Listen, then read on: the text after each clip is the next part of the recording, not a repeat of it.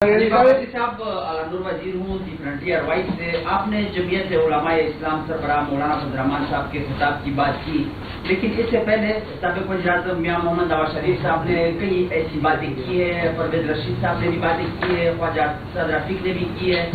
اور اس کے علاوہ نہال ہاشمی صاحب جو کہ موجودہ گورنر ہے اس نے یہ بات کی تھی کہ آپ لوگوں پر ہم زمین تنگ کر دیں گے، تو اس کا آپ نے ذکر نہیں کیا، کیا وجہ ہے؟ اور دوسرا یہ ہے کہ آپ نے اپنی حفاظت کی بات کی کہ ہم اسلام آباد میں بڑے بڑے بنگلوں میں اور بڑی بڑی گاڑیوں میں محفوظ ہیں، خیبر پختونخوا قبائلی علاقہ اور پھر بلوچستان کے لوگ محفوظ کیوں نہیں ہے؟ کیا فوج آئین کی پاسداری کے مطابق اپنا رول ادا کر رہے ہیں؟ دیکھیں سب نہیں ایک آرام سے، کوئی جلدی نہیں۔ پہلی بات تو یہ ہے کہ یہ تو گھسا پٹا سوال نہیں آنا تھا، مجھے پتا کسی ایک جگہ کے اوپر بتائیں کہ انہوں نے کسی شہید کا، کسی غازی کے بارے میں یہ بات کی ہو کہ وہ جو خون دے رہے ہیں وہ ہمارے ٹیکسوں سے دے رہے ہیں، وہ جو شہید ہے غازی ہے وہ سیلری کی خاطر اپنی جانیں دے رہا ہے، تو میں اسی وقت مذمت نہیں جو چھوڑ کے یہاں سے میں باہر چلا جاؤں، اس بات کا تو یہ جواب ہے۔ میں نے پہلے کہا کہ انڈیویجول جو ہیں وہ ہر جگہ موجود ہیں، ہم نے بھی مار کھائی ہے، لیکن اس ملک کو گالی نہیں دے سکتے، اپنے شہید کے اوپر انگلی نہیں اٹھے۔ جو بات کی آپ نے کے پی کے کی اور بلوچستان کی، کیا کے پی کے اندر جو پراکسی وار کا حصہ بنے ہوئے کوئی باہر سے آئے ہوئے ہیں؟ جو بلوچستان کے اندر پراکسی وار کا حصہ بنے ہوئے ہیں، 1,00,000 روپے پر پرسن لے رہا ہے بی ایل اے کا، وہ باہر سے آیا ہوا ہے، وہ اسی افغانستان سے اندر انٹر ہوتا ہے اور ہو کر کرتا ہے، تو اس کا پہلی جو شیلڈ ہے وہ کون ہے؟ پہلی شیلڈ میرا فوج کا جوان ہے جو شہادت دیتا ہے، 14 اٹھ جاتے ہیں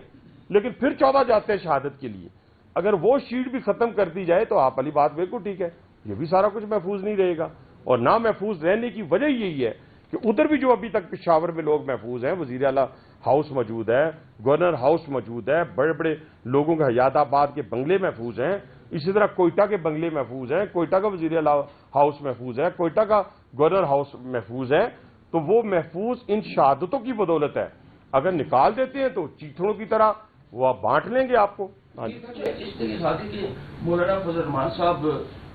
جب اسپیچ شروع ہوئی ہے تو بڑی ٹھیک اسپیچ کر رہے تھے، پیچھے سے ایک پرچی آئی ہے، یہ بتائیے کہ مولانا فضل الرحمان صاحب یہ ہماری پاکستانی کی زبان بول رہے ہیں یا کہ آؤٹ آف کنٹری کی؟ نہیں، میں سیدھا یہ الزام کپتن بالکل نہیں لگاؤں گا۔ میں پہلے آپ کو بتایا کہ احترام کے دائرے میں رہتے ہوئے میں کیوں اسی ڈگر پہ چلا جاؤں، میں نے تو صرف اپنے جذبات کا اظہار کیا، اور ہو سکتا ہے کہ الفاظ کے چناؤ میں غلطی ہوئی ہو، یہ میں کہہ سکتا ہوں کہ الفاظ کے چناؤ میں، جذبات میں، کیونکہ جذبات میں کی ہوئی بات کسی وقت بھی غلط الفاظ نکل جاتے ہیں، ہم سے بھی نکلتے رہے، ہم یہ نہیں کہتے نہیں نکلے، لیکن اس کا ازالہ کر لینا چاہیے، اس کو رجوع کر لینا چاہیے۔ میں یہ بالکل مولانا کے اوپر یہ لفظ نہیں کہوں گا، لیکن یہ پوری قوم کا دل دکھ ہے،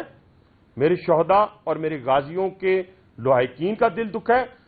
جتھوں کی صورت میں جو مارا جائے گا دہشت گرد ہے، جو اسلامی ریاست کی فوج میں ہوگا وہ شہید ہے۔ میں فتویٰ دے رہا ہوں، میں مفتی نہیں ہوں، میں فتویٰ دے رہا ہوں، جو ریاست کا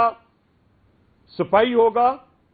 وہ مارا جائے گا وہ شہید ہے، جو جتھوں میں مارا جائے گا وہ حرام موت ہے، وہ دہشت گرد ہے۔ تو انشاءاللہ ان دہشت گردوں کو جتنی تعداد میں مارنا ہوا ماریں گے، کہ ڈرنے والی بات ہم ساری قوم کو نکل کے بات کرنی ہوگی، سچ کو سچ کہنا ہوگا، جھوٹ کو جھوٹ کہنا ہوگا، کلیئرٹی وقت کے ساتھ۔ ہم نے کلیئرٹی کے ساتھ سیاست کی ہے، ہم نے ہر چیز کو سامنے رکھ کے اس کا فیصلہ کیا ہے، ہم نے یہ نہیں کیا کہ میٹھا میٹھا ہپ ہپ کڑوا کڑوا تھو تھو۔ مجھے کیا ضرورت تھی کہ میں یہاں آ کے بیٹھ کے تو میں اتنا بڑا آ کے تو آپ کے ساتھ، یہ میرے رات کے جذبات نہیں ہیں، یہ ہمارے بہت تسے کے ہیں۔ جب ہم اپنے شہداء کی ڈیڈ باڈیز کو راول پنڈی میں آتے ہوئے دیکھتے ہیں، جب ہمارے دیکھیں کے پی کے کا ڈیرہ اسماعیل خان کا قبرستان جا کے بنو کا مردان کا دیکھیں، سوات کا دیکھیں، کیا اس میں کسی شہید کی قبر نہیں ہے؟ آپ بلوچستان میں کوئٹہ دیکھیں، زیارت دیکھیں، آپ سبی دیکھیں، وہاں پہ نہیں ہے۔ سندھ میں شہداء کی، ہمارے میں فوج کے شہداء کی بات کر رہا ہوں، پنجاب کے اندر یہ بھرا پڑا ہے، چکوال بھرا پڑا ہے، اٹک بھرا پڑا ہے، یہ کسی ایک صوبے کی فوج نہیں ہے، یہ پاکستان کی فوج ہے، 40,000 کشمیری موجود ہے اس میں۔ جی سر، رضا عابد روز ٹی وی چینل سے۔ اچھا سر، میرے دو مختصر سوال ہیں، ایک تو یہ کہ مولانا فضل الرحمان صاحب قومی اسمبلی میں آپ کے کلیگ ہیں، اور جب یہ 27 ترمیم ہوتی ہے آپ لوگ ہر دوسرے دن ان کے گھر جاتے ہیں، تو کیا اس بیان پر آپ نے وزیر اعظم کی سطح پر کوئی ان سے وضاحت طلب کی؟ اور ایک دوسرا سوال میرا یہ ہے کہ ایک بچت اسکیم کی وہ تو